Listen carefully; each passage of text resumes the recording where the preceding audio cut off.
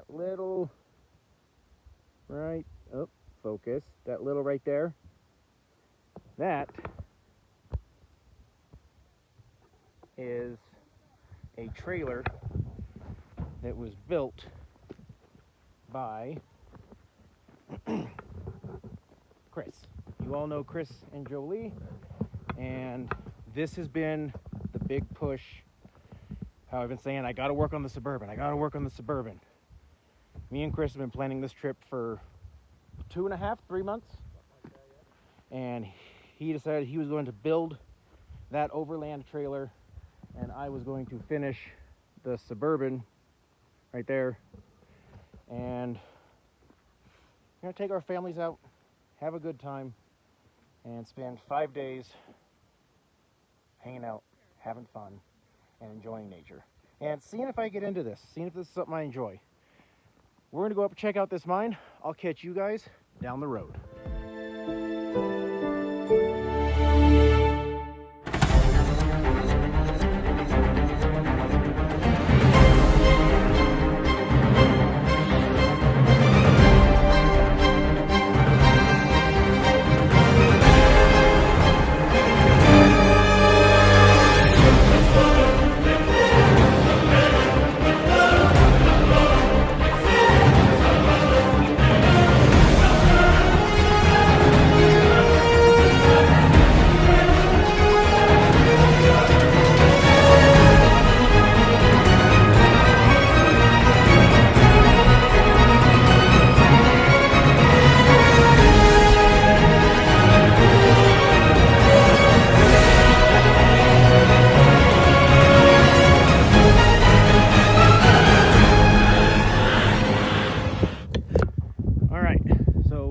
The little hike over here.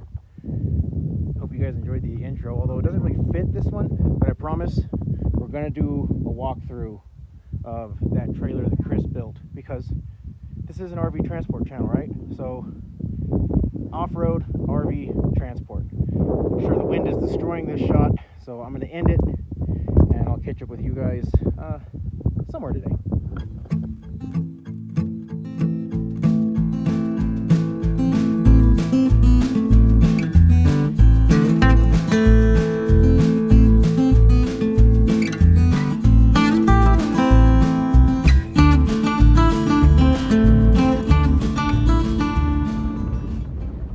So I figure, since this isn't a commercial vehicle and we're not on a road,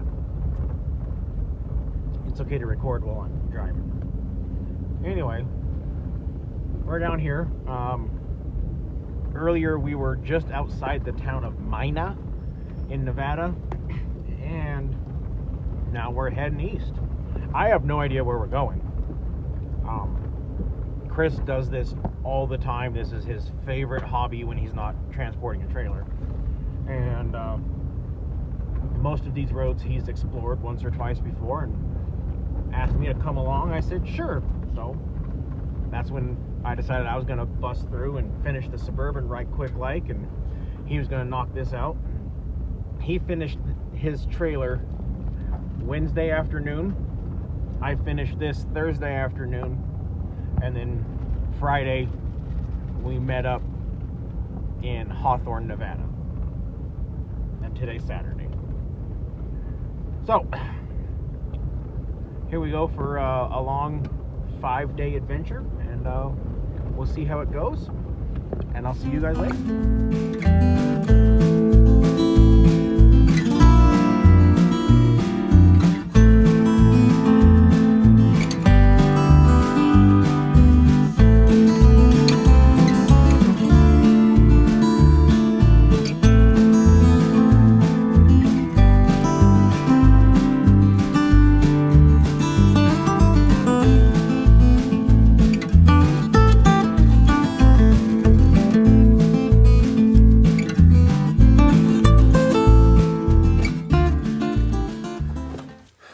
So we stopped partway along the trail here and decided to come check out this mine.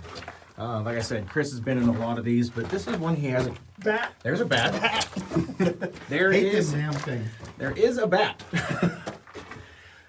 This is one he hasn't been in, and we're gonna check it out a little bit and see what else I can get for you guys. So, in an amazing turn of events, I've decided to let my teenage daughter drive. What could go wrong? Cross your fingers for me. I'll see you soon. What was a wonderful dirt road has turned into what appears to be a bed of volcanic rock, and we went from 15-20 miles an hour to what you see here. The joys of an unplanned off-road trip. And when I say unplanned, I'll go into that whole detail further. I touched on it earlier, but I'll go a little bit deeper on it when we stop here in a couple hours.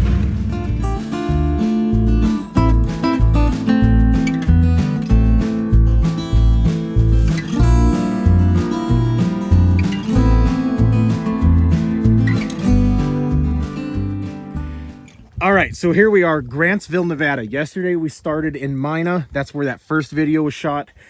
Chris is not wearing flip-flops, so you guys can quit complaining about that now.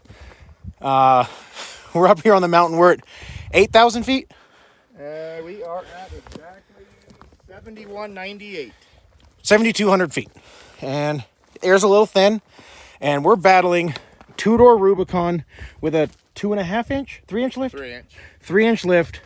35s. On 35s versus a Suburban with an unknown lift on 37s.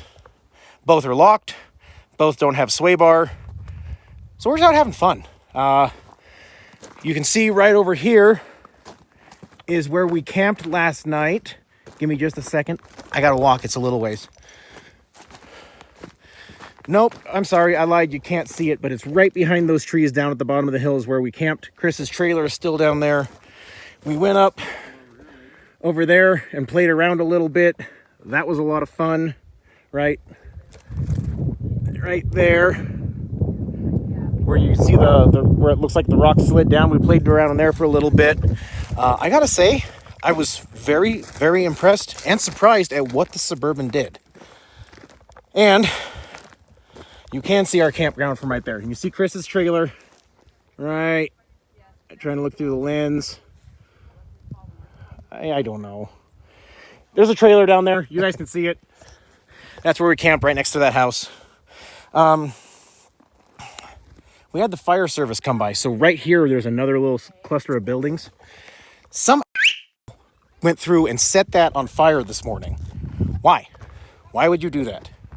Why would you destroy these things? These are 50, 100, 150-year-old artifacts that people are coming out here enjoying.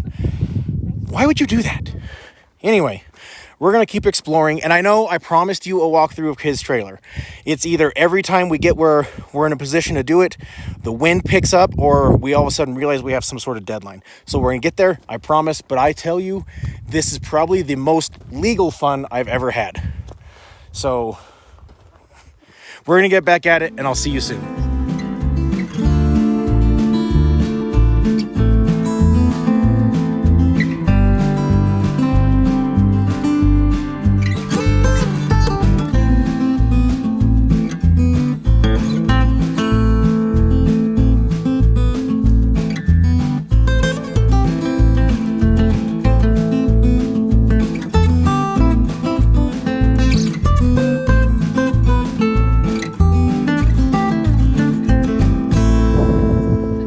So we're up here on the top of this mountain bowl thing. And Chris, tell me about this. Well, it's called Devil's Punch Bowl. The water is just a natural thing. It's 204 degrees or something like that. And it's just a big hole in the middle of the desert. Okay, so it's just a little bowl. It's not like an underground river or anything. I think there is, yeah, because we were up at the hot springs. Yeah, so we slept at that white little spot right there last night. Yeah, and I think it's all kind of connected under this valley, so. Just one of the many neat things that you can find out here doing this. And I gotta say, I'm having way more fun at doing this than I thought I was going to. So. We're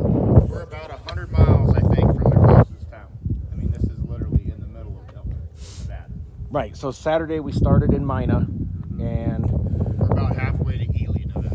And then we made it through Austin yesterday, slept over there, and we're working towards Ely today. Yeah. And we're going to see where we end up and what kind of fun and shenanigans we can get into. So we're going to get back on the road, and we'll catch you later. And yes, we're still going to go over that. It's coming.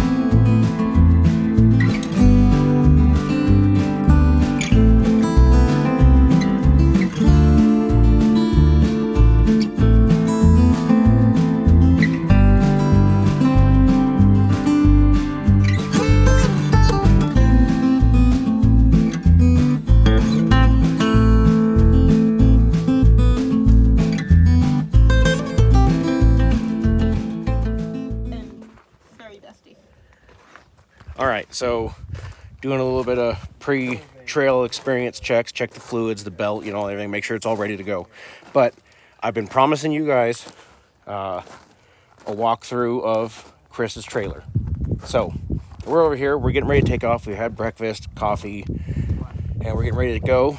And it's going to be really windy tonight, but it's not too bad right now, so we're going to go ahead and do it. So Chris, yes, show me this wonderful thing you've built. Okay, where do you want to start? Let's start at the corner. All right. Well, I'll start off, I guess. This is a full articulating hitch. It goes every which way. So it's not like a ball where a ball can pop off at, at certain angles. You said it'll go 90 degrees in every direction. Every direction. Okay. Yep. And then I do have an adjustable tongue, so I can make it longer for highway travel, which makes it a little smoother. Especially pulling it with that. Yeah, pulling it with the two-door. This is just a storage compartment. We got Max Tracks mounted. This mount here for coolers, whatever. And that's just a basic Jeep mount. Yeah, that's actually, it was on the back of my Jeep at one time. So, and then we got, our shovel and axe mounted up here. We got, I put these on there just to kind of sneak it around rocks or trees or whatever you need to do. And a step to get in. Yeah, and it also serves that purpose. I got the same wheels that fits the Jeep, so I only have to carry one spare, and I also have 3 spares if I needed to get the Jeep out somewhere. I'd have enough spares to do it. Got jerry can mounts on both sides. And then inside, you can give them a peek in there. It's just got, it's got all the switches and lights and just comfy little. Your lights and the pressure system's in the back. Yeah, yep. All that's in the back. These doors are really squeaky now. These were really neat. You got your normal porch lights, but these. Yeah, this is the porch lights you turn on inside. These ones here are hooked directly to the Jeep, so if you're backing up into a campsite at night or whatever, you can flip all that on, and there's 3 of them. There's one in the back and one on each side. This is a water port. Goes to a pump inside.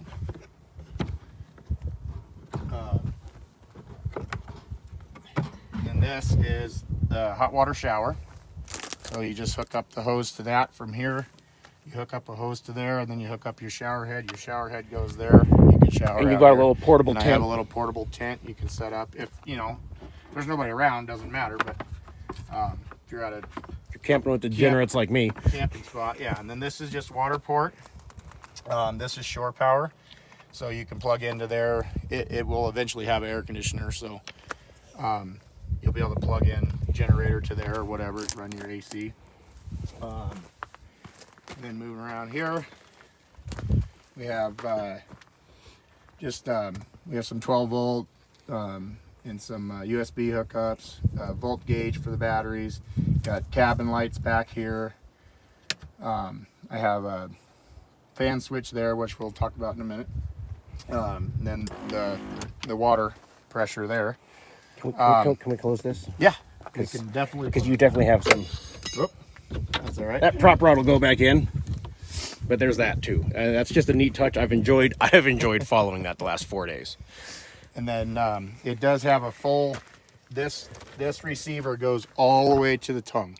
So if I ever needed to be pulled from the back or ever needed to pull anybody, it goes directly to the hitch on the Jeep. So it won't tear my camper in half or anything like that, Plus, it's also works good for a recovery point for the trailer if I ever get it stuck.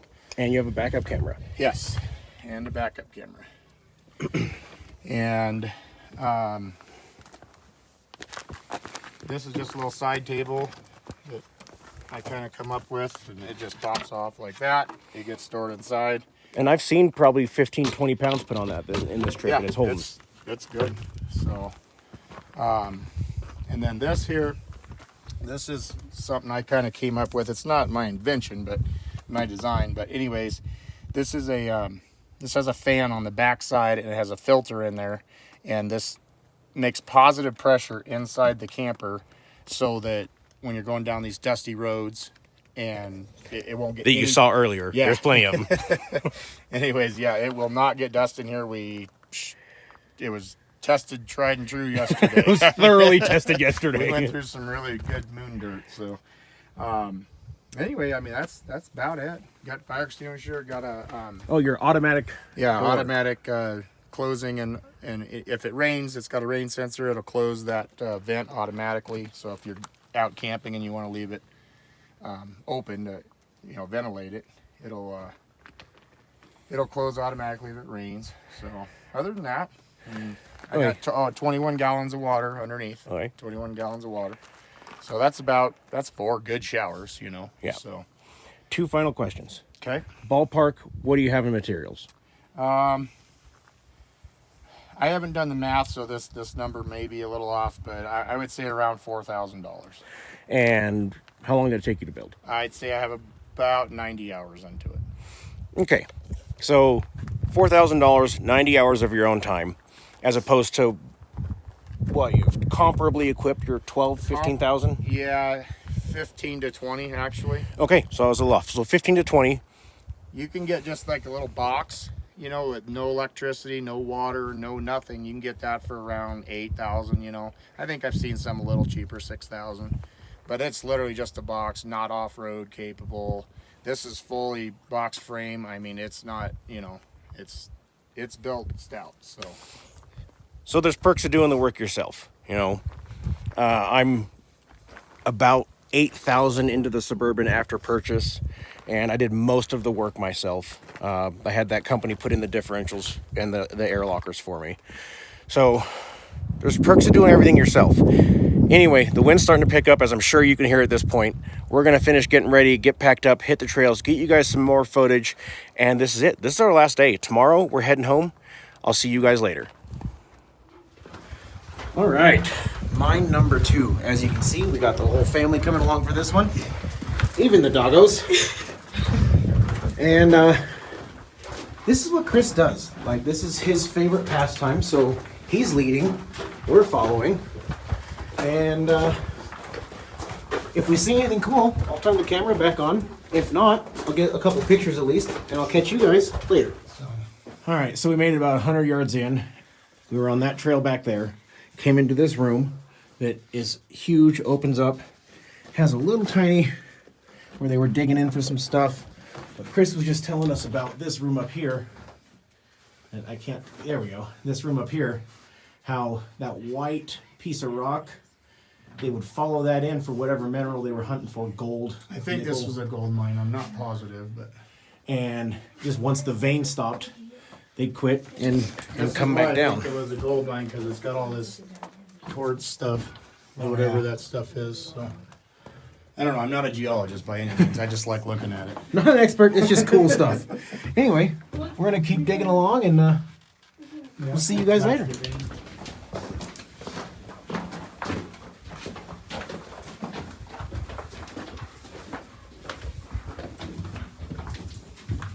I just got gripped on. So this here is an old air tank. So we know this is really old because it's all riveted. It's not a, you know, it's not a welded together tank. And so this would have been air storage. So I don't know what this mine dates to, but it's probably 30s or something in that era, I would imagine. So roughly a 70, 80-year-old mine. Yeah, something like that. I'd say 80 to 100 years probably. And there's some more big stopes up here. Wait, there's dates right here, Dad. Yeah, those are just visitors. So right here, if you look up here, Casey, there's a huge stope. I don't know if it goes out or not. I don't think it does because I don't feel any wind. But come work here, I'll move. Huge stope. Goes way up there. Way up there. Yep. Wow. Completely vertical. Yep. Okay, so we've reached our second Y. We're, what would you say, 400, 500 yards in? About, yeah, something like that. And we're gonna go ahead and call it because Chris's wife hung out to watch the vehicles. But that, as you can see, just goes forever. This goes forever. And don't be you come to places like this. Like, that's just stupid. Whoever you are, lady, be ashamed of yourself. So, found a passing lane here. We decided to go a little further. I lied to you. I'm sorry. But the track comes up, and then right there where the family is, it splits. And so they could get one cart around the other, one guy coming in, going out, whatever. And then right up here, right where Chris is, it comes back together into a single. That would have moved so they could just switch it. Just a track switch. But right now it's rusty and frozen and whatever. Anyway, so we decided to go a little further, and we're gonna keep going a little further and see what we come up to, because this mine just keeps getting more and more interesting as we go deeper and deeper.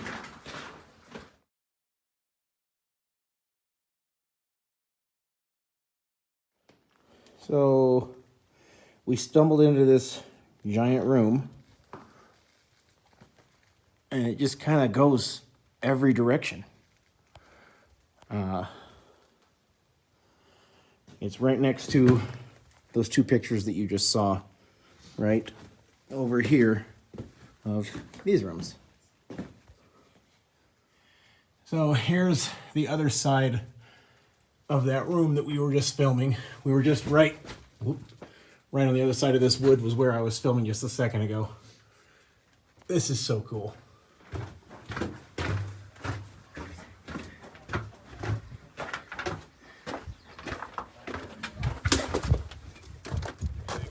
Ooh, watch for low bridges. All right, so we figure we went about a mile, maybe a touch over in, right? I'd say a mile, mile and a half, yeah. Nice little hike. We all racked our heads a few times. That was cool. What's this we all crap? It was only you. Everyone except for Chris. Anyway, check out this view.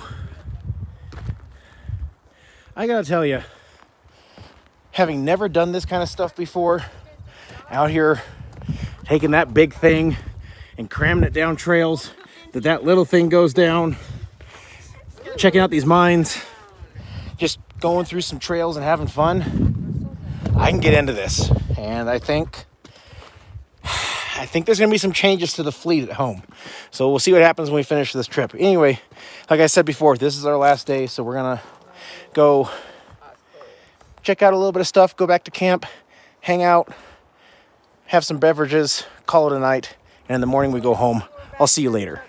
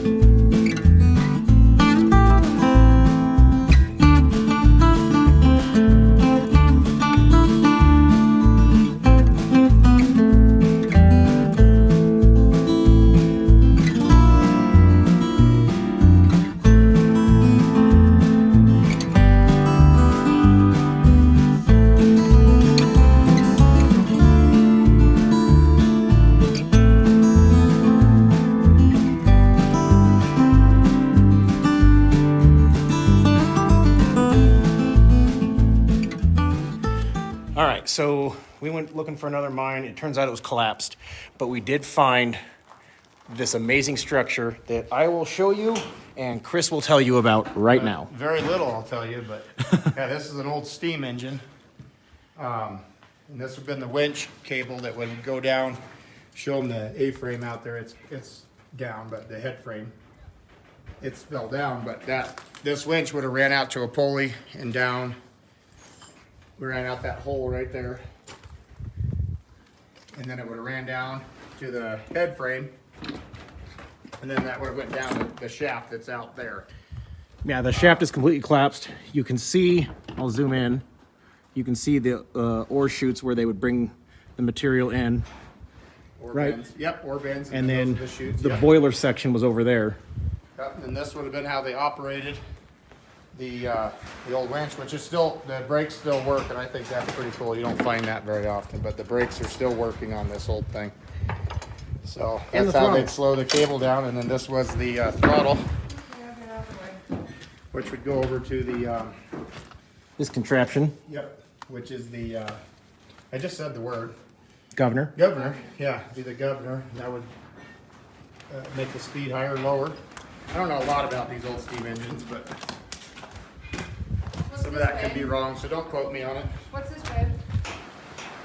Is that TNT? No, it's just it's like a safety chain or a safety brake, I guess. This? Yeah, so. But anyways, yeah. So this is some of the cool stuff that you can find. Now,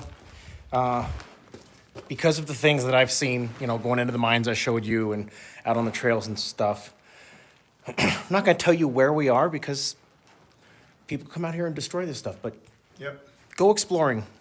Get out, get your vehicle, lock in the hubs, have some fun, and see things that 100 years ago were what made this nation run.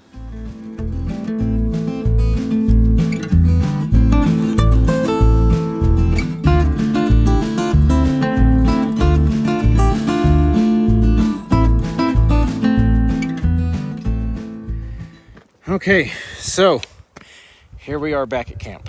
We're getting ready to make dinner, pack everything up, except for what we need for tonight. And then it's on the road in the morning and heading back to Boise. This has been such a great week. And there's things like this all over the country. I mean, by the time I hit pavement in the morning, roughly 400 miles off-road.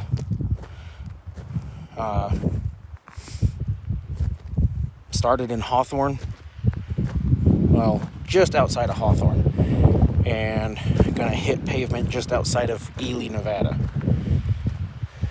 And we did drop into pavement one time to get fuel and then right back off-road. So these kind of things are everywhere. Go out and enjoy them. Go out and experience them. Take your family. I know you're watching this on YouTube. Put down your phones. Put down the tablet. Get off the computer. Go out and experience this. I mean, I thought this was dumb. And then Chris said, hey, check out this channel. Check out this channel. Watch this guy. I was like, wow, these guys look like they're having a blast. So I went out and I bought the Suburban. Well, it needs to be better, so I outfitted it. And we're going to go over the damage. Probably on Reset channel, we'll go over the damage over this week. It's not terrible. There is some, though. But just get out and do it. As always, those of you on the roads, I wish you fair winds and following seas. Take care and have a great day.